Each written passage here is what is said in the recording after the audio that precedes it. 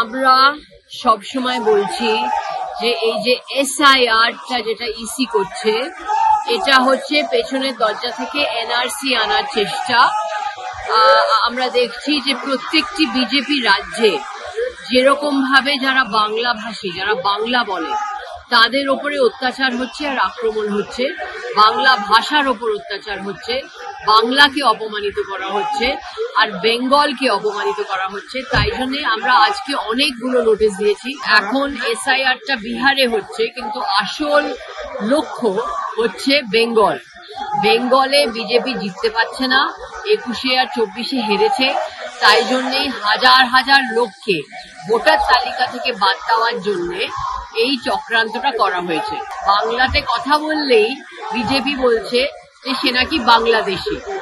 অনেকে এরকম ভাবে ধরে নিয়ে গেছে, যারা পরিযায়ী শ্রমিক, যারা বিজেপি রাজ্যে কাজ করছেন, তাদের ধরে নিয়ে গেছে, তাদের ডিটেনশন ক্যাম্পে পুরে দিচ্ছে।